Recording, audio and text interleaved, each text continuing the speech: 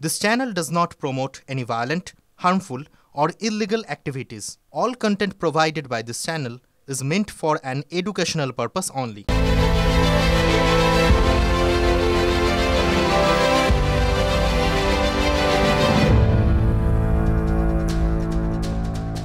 ঠোঁটকাটা স্পেশালে ভারসাম্যের কথা বলবো।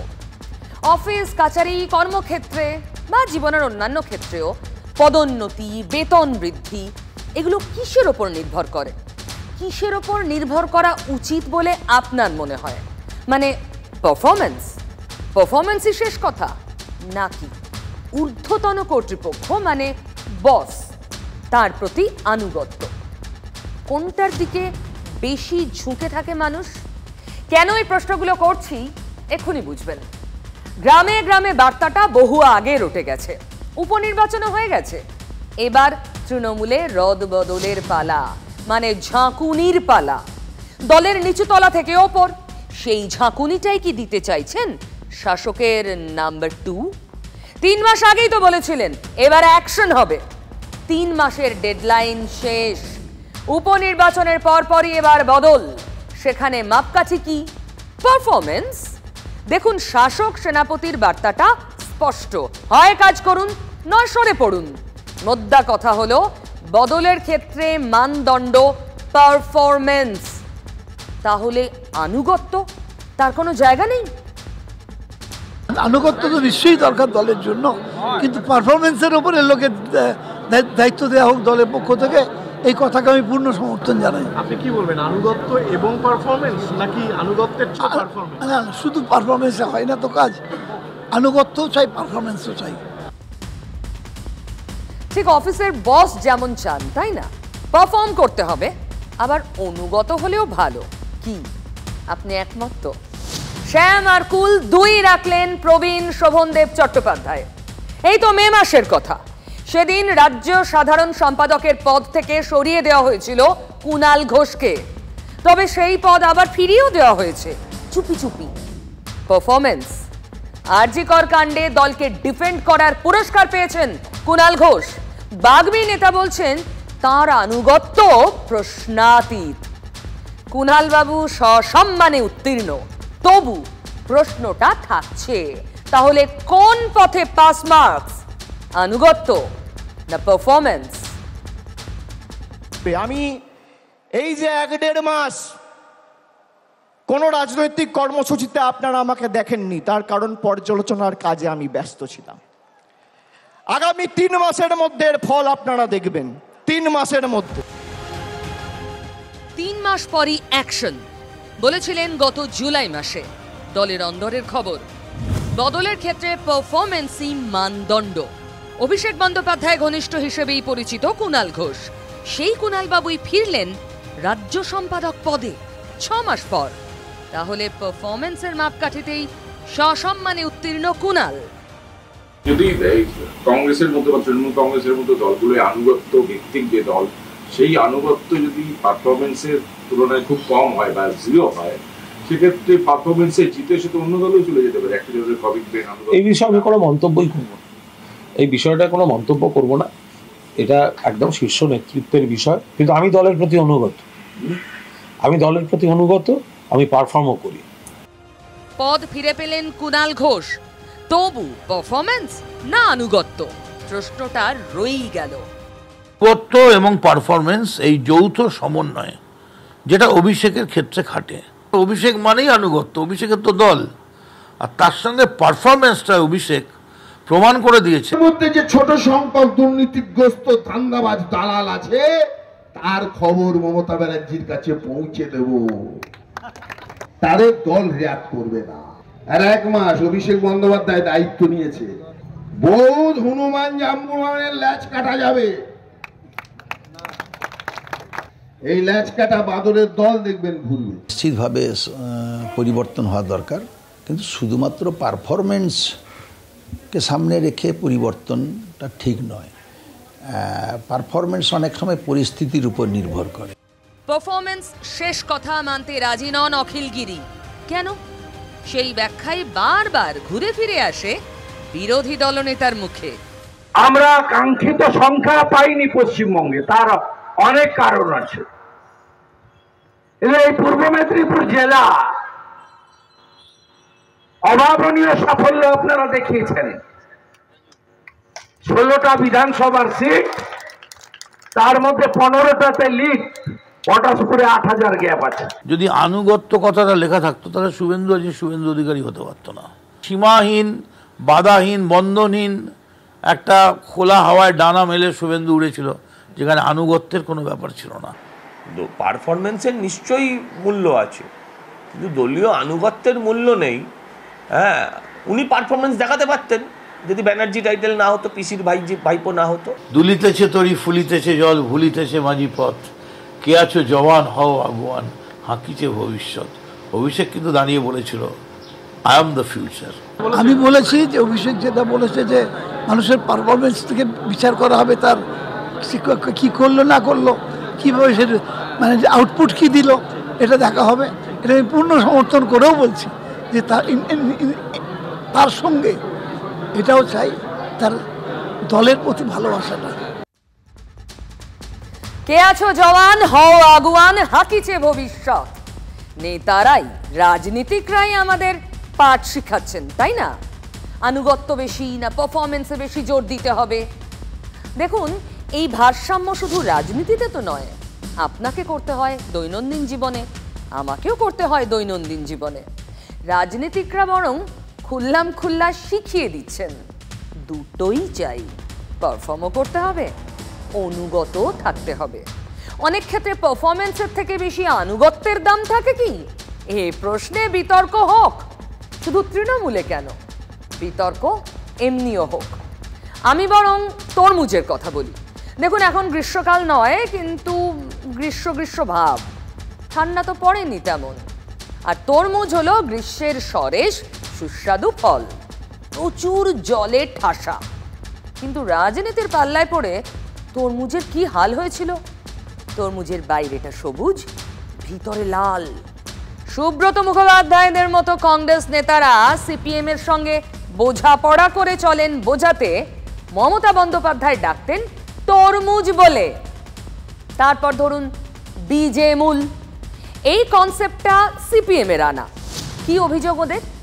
বিজেপি আর তৃণমূল গোপন বোঝাপড়া করে চলে, তাই বিজে মূল। বামফ্রন্ট জমানার মন্ত্রী আব্দুস সাত্তারকে মুখ্যমন্ত্রী মুখ্য উপদেষ্টা পদে নিয়োগ করতেই চলে এলো নতুন ফর্মুলা, সিপিএম প্লাস তৃণমূল সিপেমূল। এই সিপিএম যে চিৎকার করে না বিজে মূল, এগুলো কোনো মূল টুল কিছু নেই, আসল মূল ওখানে নেই। সিপে মূল তো আছেই আগে থেকে, সিপিএম এবং তৃণমূল এরা সব এক জায়গায় আছে। মুর্শিদাবাদে এবার শিপেমূল তত্ত্ব, শিপেমূল তত্ত্ব অভিযোগ করেছিল বিজেপি। সিপে মূল তো আছেই আগে থেকে, সিপিএম এবং তৃণমূল এরা সব এক জায়গায় আছে। দিন দুয়েক আগেই সম্পন্ন হয়েছে মুর্শিদাবাদের নবগ্রামের নারকেল বাগান এলাকার একটি সমবায় সমিতির নির্বাচনে সেখানে ভোট না গ্রহণ করেই বাম এবং তৃণমূলের পক্ষ থেকে বোর্ড গঠন করা হয়েছে। সিপে মূল তো আছেই আগে থেকে, সিপিএম এবং তৃণমূল এরা সব এক জায়গায় আছে। সেই বোর্ডে রয়েছে 6 জন তৃণমূলের সদস্য এবং 3 জন বামফ্রন্টের সদস্য। শুনলেন তো, মুর্শিদাবাদের নবগ্রামের একটা সমবায় সমিতিতে বোঝাপড়া করে বোর্ড তৈরি করেছে তৃণমূল আর সিপিএম। লোকসভা ভোটে এই মুর্শিদাবাদ জেলাতেই প্রার্থী হয়েছিলেন সিপিএম রাজ্য সম্পাদক মোহাম্মদ সেলিম। সেখানেই সমবায় সমিতির ভোট এড়াতে তৃণমূল আর সিপিএম এর জোট। ভোটের খরচ এড়াতে ব্যাংক ম্যানেজারের অনুরোধেই জোট বলে দাবি সিপিএম এর। পুরোটাই এখানে দল মত নির্বিশেষে একটা আপোষ এবং আলোচনার মধ্যে দিয়ে এখানে খুব সুন্দরভাবে একটা কমিটি আমরা পেয়েছি। 9টা মেম্বারের জায়গায় আছে। 9টা মেম্বারের জায়গা আছে। কতজন সিপিএম এর আছে? 3 জন সিপিএম এর আছে। আর তৃণমূলের আছে 6 জন। 6 জন মানে 2 জন মিলেমিশে সিপিএম এবং তৃণমূল। হ্যাঁ, ওটা সিপিএম কংগ্রেস তো একটা জোট আছেই, প্রতিটা ভোটে আমরা জোট দেখতে পাই। সেই জোটের কারণে ওরা ওদেরটা করেছে, আমরা আমাদেরটা করেছি। মানে আপনারা 6টা, সিপিএম 3টে। আমরা অ্যাকচুয়ালি ব্যাংকটার জন্য এটা হয়েছে, আমরা ভোটের পথে যাইনি। ভোটের পথে একটা সমঝোতা করে, হ্যাঁ, আমাদের সঙ্গে নীতিগত বিশাল পার্থক্য আছে, কিন্তু ব্যাংকটার ক্ষেত্রে আমরা ওখানে সব ভুলে গেছি। আমরা এই ঘটনা জানাজানি হতে বিজেপির স্বর নিশ্চয়ই চড়বে। সিপিএমউল বলে আরো চিৎকার করবেন নেতারা। এই সিপিএম যে চিৎকার করে না বিজেমূল, এগুলো কোনো মূল টুল কিছু নেই, আসল মূল ওখানেই। সিপিএমউল তো আছেই আগে থেকে, সিপিএম এবং তৃণমূল এরা সব এক জায়গায় আছে। তরুণের স্বপ্ন এখন তরুণের দুঃস্বপ্ন। ট্যাব কেনার জন্য ছাত্রছাত্রীদের এককালীন 10,000 টাকা দেওয়ার প্রকল্পের নাম তরুণের স্বপ্ন। সেই টাকা যেভাবে ইধার কামাল উধার হলো, তাতে স্বপ্ন হাওয়া তাড়া করছে দুঃস্বপ্ন। ছবি দেখুন। পুলিশের হিসেবে এখনো পর্যন্ত 781টি বেনিয়মের অভিযোগ মিলেছে। এফআইআর হয়েছে 56টি, গ্রেফতার 4। কিন্তু প্রতি মুহূর্তে সংখ্যাটা বাড়ছে। এই শোনা যাচ্ছে কোচবিহারে বেনিয়ম, পর মুহূর্তেই বেনিয়ম বাঁকুড়ায়। ট্যাবের টাকা পাওনি? না। ট্যাবের টাকা কোথায় গেল? ট্যাবের টাকা তো শুনছি দুর্নীতি হয়েছে নাকি। একটা অর্গানাইজ ফোর্স যারা এই দুর্নীতিগুলো করেছে বা করছে, ট্যাবের দুর্নীতি বা এর সঙ্গে কিছু অন্যান্য লোক জড়িত আছে। দেখুন, মমতা বন্দ্যোপাধ্যায় ইন্টেনশনে তো কোনো ভুল ছিল না। এবার সমাজের মধ্যে ভালো খারাপ লোক আছে, কিছু লোকের দুর্নীতি করেছে, কিছু বাইরের লোকের থেকে পয়সাগুলো নেওয়ার চেষ্টা করেছে, কিন্তু পুলিশ এগুলো ধরতে পেরেছে। দেখুন, সবেতে তো আর ভারসাম্য বজায় রাখা যায় না, তাই না? একটু আগেই তরমুজ দেখাচ্ছিলাম, কি হচ্ছে তাই বোঝা যাচ্ছে না। সিপিএম বিষ উগড়ে দেয় মমতা ব্যানার্জির নামে, তারা একসঙ্গে জোট করছে। ঠিক এখানেও ট্যাবেও কি হচ্ছে বোঝা যাচ্ছে না। আর ভারসাম্য না, হ্যাকিং আর দুর্নীতির কোনো ভারসাম্য হয় আপনি বলুন? এটা কি কোনো চক্রের হ্যাকিং এর কাজ, নাকি নিপাট দুর্নীতি? এই প্রশ্নেরই তো উত্তর নেই ট্যাবে। শাসক বলছে হ্যাকিং, আবার সিট তৈরি হচ্ছে। আপনি বলুন, ওই তরমুজের মতো কেস। নিয়োগ, রেশন, স্বাস্থ্যের মতোই কোনো দুর্নীতি ট্যাবেও। রাশি রাশি অভিযোগ জমা পড়লেও রাজ্য পুলিশ এখনো কোনো বিশেষ তদন্ত টিম তৈরি করেনি। তবে সিট তৈরি করে দিয়েছে কলকাতা পুলিশ, মানে স্পেশাল টাস্ক ফোর্স। আচ্ছা, হ্যাকিং খুঁজতে কলকাতা পুলিশের সিট, সাইবার ক্রাইম দফতর তো এটা দেখভাল করবে, তাই না? এর মধ্যেই সামনে চলে এসেছে বিহার যোগের কথা। বিহারের কিষানগঞ্জে এইরকম ট্যাবের টাকা যাওয়ার খবর এসেছিল মুর্শিদাবাদের সালারের টিয়ার স্কুল থেকে।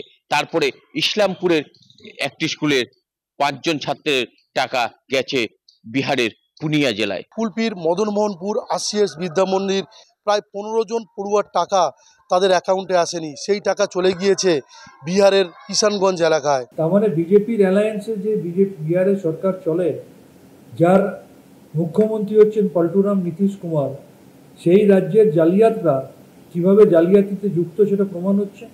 তার মানে বিজেপি এবং বিজেপির বন্ধু সরকার যেখানে যেখানে আছে, সেখানে সেখানে জালিয়াতদের রাজত্ব বেড়ে উঠেছে, এটা আর একবার প্রমাণ হয়। কেলেঙ্কারি, আমফানের টাকা অন্য লোকের অ্যাকাউন্টে চলে যায়, আবাস যোজনার টাকা অন্যের অ্যাকাউন্টে চলে যায়, চাকরি একজনের চাকরি অন্যের কাছে চলে যায়। পশ্চিমবাংলা এটা নতুন কিছু না, সবে তো শুরু হয়েছে। ট্যাব কেলেঙ্কারির ঘটনা অনেক দূর যাবে। গরিব ছাত্রদের ভবিষ্যতের জন্য লোভ দেখিয়ে তাদের টাকা মেরে দেওয়ার মতো জঘন্য ঘটনা পশ্চিমবাংলাতেই ঘটে। অন্য কাউকে তো ছাত্রছাত্রীদের এরকম ট্যাব দিতে হয়নি, তাই এই জিনিস আসেনি। একদম একটা সাইবার ক্রাইম যুগের সঙ্গে নতুন নতুন অপরাধ আসে। আগে এইগুলো ছিল না, এই সিস্টেমগুলো ছিল না, এবার নতুন সিস্টেম চলছে, তাই নতুন অপরাধ এসেছে। জামতাড়া গ্যাং, সেটা একটা নির্দিষ্ট জায়গায় সারা দেশে হ্যাক করে যাচ্ছে। এতদিন ধরে দিল্লির সরকার নীরবে বসে দেখে যাচ্ছে। ঠিক বলেছেন কুণাল ঘোষ, নতুন সিস্টেম এসেছে তাই নতুন অপরাধও এসেছে। আরে সেটা তো সবাই জানে, সরকারও জানে। তার নতুন অপরাধ যদি এসেই থাকে, তাহলে সুরক্ষা ব্যবস্থাও নতুন, মানে আরো আঁটোসাঁটো হওয়া দরকার ছিল। সাইবার বিশেষজ্ঞরা বলছেন ওয়েবসাইটের সুরক্ষা আদৌ আঁটোসাঁটো ছিল না। এই যে আমার সামনে রয়েছে বাংলাদেশ শিক্ষা পোর্টাল, এখানে কোনো শিক্ষক কোনো স্কুল কিংবা কোনো প্রশাসক লগ ইন করতে পারেন। আর এখানে যে কোনো স্পেশাল ক্যারেক্টার কিন্তু অ্যালাউড, যদিও এটা কখনোই হওয়া উচিত নয়, কারণ এই স্পেশাল ক্যারেক্টার অ্যালাউ হলে হ্যাকিংয়ের সুবিধা থেকে যায়। ফার্স্ট এটা দেখা হয় অ্যাডমিন লগ ইন প্যানেল বা যে কোনো এই ধরনের লগ ইন প্যানেলে ফার্স্ট গিয়ে স্পেশাল ক্যারেক্টার অফ করাটা একটা প্রাইমারি কাজ হিসাবে থাকে অ্যাজ পার সিকিউরিটি অডিটে। যে মুহূর্তে পেস্ট করলাম সেম জিনিসটা, এটার ভ্যালু 1 ক্রিয়েট হয়েছে, এটার ভ্যালু 1 ক্রিয়েট হয়েছে, এবং এখানে যদি আমি লগ ইন করি দেখুন সিস্টেমে ঢুকে গেলাম এবং সেখানে এই ধরনের লগ আউট অপশান চলে আসছে, এই দেখুন। অর্থাৎ স্পেশাল ক্যারেক্টার দিয়ে কিন্তু হ্যাক পসিবল। এটাকে কি বলে? SQL injection. এটা এক ধরনের অ্যাটাকের একটা মেথডোলজি যেটা অ্যাডমিন প্যানেল বাইপাস করতে ইউজ করা হয়। আপনার কি মনে হয় এই যে এত ট্যাব কেলেঙ্কারি আমরা দেখতে পাচ্ছি, সেক্ষেত্রে এইটা প্রথমেই ডিসেবল করা উচিত ছিল? এই লগ ইন অ্যাডমিনিস্ট্রেটিভ, দেখুন একটা অ্যাডমিন প্যানেল, সেখানে যদি অ্যাডমিনের লগ ইনের ইউজার আইডিতে যদি এরকম ধরনের ইউজ করা হয়, সেখানে কিন্তু এগুলো বাইপাস করা নট আ বিগ ডিল। অর্থাৎ অডিট হলে প্রথমে যেটা ডিসেবল করার কথা সেটাই কিন্তু এই পোর্টালে এনাবেলড। ফলস্বরূপ এত বড় একটা কেলেঙ্কারির ঘটনা ঘটলেও ঘটতে পারে এমনটা আশঙ্কা করছেন সাইবার বিশেষজ্ঞরা। ভূতটা সর্ষের ভিতরে, খাল কেটে কুমির আনার রাস্তা আগে থেকে খুলে রাখা হয়েছিল, আর তারপর কুমিরের কান্না। এর মধ্যে যদি কেউ অন্যায়ের সাথে যুক্ত থেকে থাকে, প্রশাসন এবং আমাদের সরকার নিশ্চিত করে তদন্তের মধ্যে দিয়ে তাদের চিহ্নিত করবে, তাদের বিরুদ্ধে দৃষ্টান্তমূলক ব্যবস্থা নেবে। পাশাপাশি বিরোধীরা উদ্দেশ্য প্রণোদিতভাবে গভীর চক্রান্তের মধ্যে দিয়ে এই প্রকল্পকে কালিমালিপ্ত করার চেষ্টা করছে কিনা সেটাও দেখার প্রয়োজন। তদন্ত তারা সেভাবে করেনি। তদন্ত যদি সঠিকভাবে হয়, এই এখন যেটা বলা হচ্ছে যে জামতারা সাইবার হ্যাকার্সরাই এই কাজ করেছে, তাহলে পরে কেন প্রধান শিক্ষক শিক্ষিকাকে দায়ী করা হচ্ছে? আমাদের কাজ ছিল আপলোডিংয়ের। আপনার যদি পোর্টাল সেফ না থাকে, তার দায় প্রধান শিক্ষক শিক্ষিকা নেবেন কেন? প্রধান শিক্ষকদের সংগঠনের নেতা চন্দন মাইতির কথায় স্পষ্ট, তারা তদন্তে খুশি নন। মালদার বেশ কিছু প্রধান শিক্ষক এবং শিক্ষক আরও মারাত্মক অভিযোগ করছেন। তাদেরই একজন চর সুজাপুর উচ্চ বিদ্যালয়ের ভারপ্রাপ্ত প্রধান শিক্ষক উজ্জ্বল তালুকদারের সঙ্গে কথা বললেন আমার সহকর্মী শুভতোষ ভট্টাচার্য। সর্ষের মধ্যে ভূতের কথা মানছেন তৃণমূলের জেলা সহসভাপতি দুলাল সরকারও। প্রধান শিক্ষক থেকে শুরু করে শিক্ষকদের একটা অংশ ইতিমধ্যেই ক্ষোভ প্রকাশ করতে শুরু করেছে। কেউ কেউ তো সরাসরি ক্যামেরার সামনে এসে মুখ খুলছেন, বিস্ফোরক অভিযোগ করছেন, বিশেষ করে যখন ট্যাব কেলেঙ্কারিতে একজন কম্পিউটার শিক্ষক গ্রেপ্তার হয়ে পড়েছে। একটা সুনির্দিষ্ট র্যাকেট এই ট্যাবের টাকা গায়েব করার ক্ষেত্রে জড়িত আছে, এটা বোঝা যাচ্ছে। এই র্যাকেটটার মধ্যে বিশেষ করে যারা আছে তারা হচ্ছে একজন ধরাও পড়েছে মালদা থেকে, যে কম্পিউটার টিচার। এই কন্ট্রাকচুয়াল টিচার মারফত, কিছু সাইবার ক্যাফে মারফত এই সমস্ত জিনিসগুলো হচ্ছে। শুধু তাই নয়, সেই সমস্ত কম্পিউটার শিক্ষকদের নিয়োগ নিয়েও উঠছে বিস্ফোরক অভিযোগ। মনে হয়েছে যে এদেরকে সরকার নিয়োগ করেছে অস্থায়ী হিসাবে, তাদেরকে এখন পার্মানেন্সি দিয়ে দিয়েছে, যদিও এদের নিয়োগ কোনো এসএসসি মারফত হয়নি, বেসরকারি সংস্থা মারফত এদের নিয়োগ হয়েছে। এরা এই র্যাকেটটার সঙ্গে সবাই যে যুক্ত আছে তা নয়, লিমিটেড হয়তো একজন বা দুজনই হয়তো তারা আছে, কিন্তু এই র্যাকেটটা হয়তো এইভাবেই আগে থেকেই তৈরি করা হয়েছে বলে মনে হচ্ছে, যেটা আজকে তার ফলটা তারা পাচ্ছে, এবং যে র্যাকেটটা আজকে এখানে এসে এই ট্যাবের টাকা গায়েবে কাজে লাগানো হয়েছে। এই সর্ষের মধ্যে ভূত রয়েছে, এটা স্পষ্ট হয়ে যাচ্ছে ক্রমশই। তো এখানেও মানে বিভিন্নভাবে শাসক দলের নেতাদের ইন্টারফারেন্স কিছু কিছু সময় লক্ষ্য করা যাচ্ছে। তাদের মাধ্যমে নিয়োগটা হচ্ছে, তাদের রেকমেন্ডেশনে হচ্ছে। এখন যারা চাকরিতে ঢুকছে তারা অসৎ উপায় করার চেষ্টা করছে। বুঝতেই তো পারছেন এই অসৎ সিস্টেমটা আছে, তার জন্য সরকারের কোনো দায় না। মাননীয় মুখ্যমন্ত্রী আমাদের যিনি, উনি কিন্তু প্রত্যেকটা ব্যাপারে দুর্নীতির ঊর্ধ্বে, উনি কাউকে ছাড় দেন না। এই সমস্ত শস্যের আড়ালে লুকিয়ে থাকা ভূতেদের ধরবেটাকে। ন্যাশনাল ইনফরমেটিক্স সেন্টার এটা ইতিমধ্যেই আমাদের এই হ্যাকিংয়ের ব্যাপারটা আইডেন্টিফাই করে একটা এসওপি আমাদের ইতিমধ্যেই প্লেস করেছে। আমার ধারণা এটার যেভাবে গতবার মাধ্যমিকের প্রশ্ন লিক বা উচ্চ মাধ্যমিকের প্রশ্ন লিক ব্যাপারটা আটকে গেল, এটাও সামনেবার থেকে আর হবে বলে আমরা আশা করতে আমি আশাবাদী। শিক্ষামন্ত্রী দারুণ আশা দেখছেন।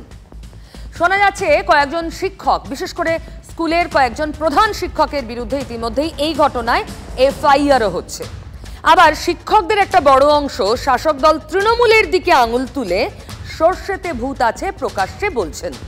দেখুন, তৃণমূলের নেতারা যাই বলুন, যে ব্যাখ্যাই দিন, যতই পাবলিককে হ্যাকিং আর দুর্নীতির মাঝে চরকিপা খাওয়ানোর চেষ্টা করুন, বিরোধীরা ছাড়নেওয়ালা নয়।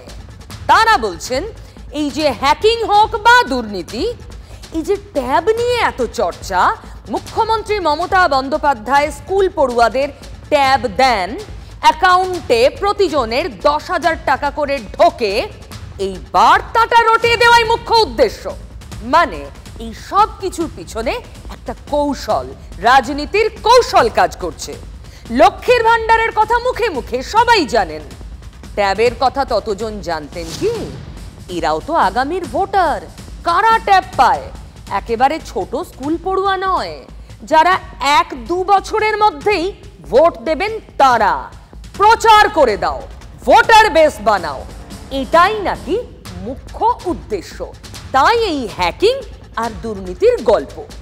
কে জানে, রাজনীতি তো সম্ভাবনার শিল্প, কোনো কিছুকেই রুল আউট করা যায় না।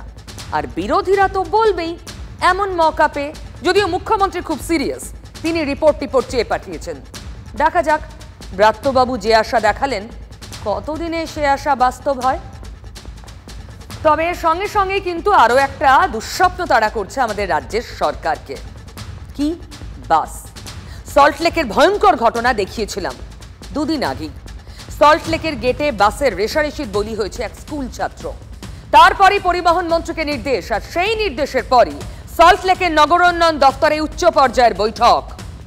বৈঠকে পরিবহন মন্ত্রীর সঙ্গে ছিলেন পুরমন্ত্রী ফিরহাদ হাকিম, রাজ্য পুলিশের ডিজি রাজীব কুমার, বিধাননগর পুলিশ কমিশনারেটের আধিকারিকরা ছিলেন বৈঠকে। বাস, মিনি বাস, ক্যাব সহ গণপরিবহন সংগঠনের কর্তারাও।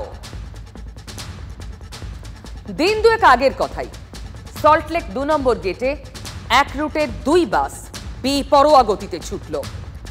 বেপরোয়া গতিতে সজোরে ধাক্কা দিল স্কুটিতে। 2 ছেলেকে নিয়ে স্কুটিতে ফিরছিলেন মা। ঘটনায় আহত ছোট্ট শিশুর মৃত্যু হলো। প্রশ্ন উঠল, বেপরোয়া গতিতে লাগাম পরানো যায় না কেন? আজকের বৈঠকে কি হলো? এই প্রশ্নের উত্তর মিলল। বেসরকারি বাসে কমিশন প্রথা তুলে দেওয়ার পক্ষে সওয়াল করল রাজ্যের সরকার। কমিশন প্রথা নিয়ে রাজ্য সরকারের সঙ্গে বাস মালিক সংগঠনের মতবিরোধ। কমিশন প্রথা এভাবে তুলে দেওয়া যায় না, এতে অনেকে কাজ হারাবে, মত বাস মালিক সংগঠনের। তাহলে সমাধান কোন পথে? কিভাবে লাগাম পরানো যাবে বেসরকারি বাসের বেপরোয়া গতিতে? দেখা গেল বেসরকারি বাস মালিক সংগঠনগুলির সঙ্গে রাজ্য প্রশাসনের একাধিক বিষয়ে দ্বন্দ্ব। রাজ্য প্রশাসন চায় বাস মালিকরা তাদের কমিশন প্রথা তুলে দিক, কারণ এই কমিশন প্রথার জন্য রেষারেষি হচ্ছে। কমিশন সিস্টেম থাকবে না, আমার স্ট্যান্ডার্ড অপারেটিং সিস্টেম যে মানবে না তার পারমিট ক্যান্সেল হবে। সেই রুটে ট্রাফিক মনিটরিং সিস্টেম আরেকটা থাকবে, যে সেই রুটে কোন সময় কত ট্রাফিক দরকার আছে, সেই বেসিসে 15 মিনিট অন্তর, 10 মিনিট অন্তর, আধ ঘন্টা অন্তর কত বাস ছাড়তে হবে, সেই অনুযায়ী বাসগুলো যাবে। অপরদিকে বেসরকারি বাস মালিক সংগঠনগুলি স্পষ্ট বক্তব্য, এই কমিশন প্রথা তুলে দিতে হলে রাজ্য প্রশাসনকে বাস মালিক সংগঠনগুলির সঙ্গে নির্দিষ্টভাবে শুধুমাত্র কমিশন প্রথা নিয়ে বৈঠকে বসতে হবে। কারণ গাইডলাইন যদি রাজ্য সরকার এই বিষয়ে না তৈরি করে, তাহলে কোনোভাবেই তারা এই কমিশন প্রথা তুলতে বাধ্য নয়। যদি কমিশন প্রথা তুলে দেওয়ার কথা বলে, বিকল্প পথের কথাও রাজ্য সরকারকে বলতে হবে, তবেই সমাধানের পথে পৌঁছবে। যদি সেল ঠিক থাকে তাহলে শ্রমিক পয়সা পাবে, মালিক পয়সা পাবে। শ্রমিক যদি সেল ঠিক থাকে, শ্রমিক কম পয়সা পাবে, মালিক পয়সা পাবেই। গণপরিবহনের ন্যূনতম ভাড়ার পরিবহন বাস, সেই ন্যূনতম ভাড়ার পরিবহনটা ভেঙে পড়বে। একই সঙ্গে স্পষ্ট করে দিয়েছে রাজ্য সরকার, যেভাবে এদিনের বৈঠকে জানিয়েছেন যে কোনো দুর্ঘটনা হলে তার যদি মৃত্যু হয় তাহলে খুনের মামলা রুজু হবে, সেই বিষয়টিও তারা মানতে চাননি। তাদের বক্তব্য, এভাবে খুনের মামলা রুজু হলে একজন চালক এবং কন্ডাক্টর পাওয়া যাবে না। আমরা প্রস্তাব দিচ্ছি, যে ড্রাইভার অফেন্স করবে সেই ড্রাইভারকে অন্তত তাকে বলা হোক তার লাইসেন্স নিয়ে সপ্তাহে 4 দিন কি 5 দিন তুমি যখন স্টিয়ারিংয়ে বসে থাকো আর যখন তুমি রাস্তায় ট্রাফিক পুলিশের সঙ্গে দাঁড়িয়ে থেকে কাজ করো, দেখো মানুষ কীভাবে যাচ্ছে আর অন্য গাড়ি কীভাবে চালাচ্ছে। দিস দ্য অ্যাওয়ারনেসের পদ্ধতি পরিবর্তন তৈরি করতে হবে। শিশু বিক্রি চক্রে এবার সারোগেসি যোগ। বিহারে সারোগেসির মাধ্যমে জন্মগ্রহণ করে ওই শিশু। জন্মদাত্রী মহিলা ডিভোর্সি। ধৃত মানিকের স্ত্রীও কাজ করতেন IVF সেন্টারে। বিভিন্ন দুস্থ মহিলাদের জোগাড় করে তাদের সারোগেট মাদার হিসেবে ব্যবহার করা হতো। পরে সেই শিশুই বিক্রি করা হতো, অনুমান CIDর। টোটকাটা আবার দেখুন আগামীকাল রাত 8টায়।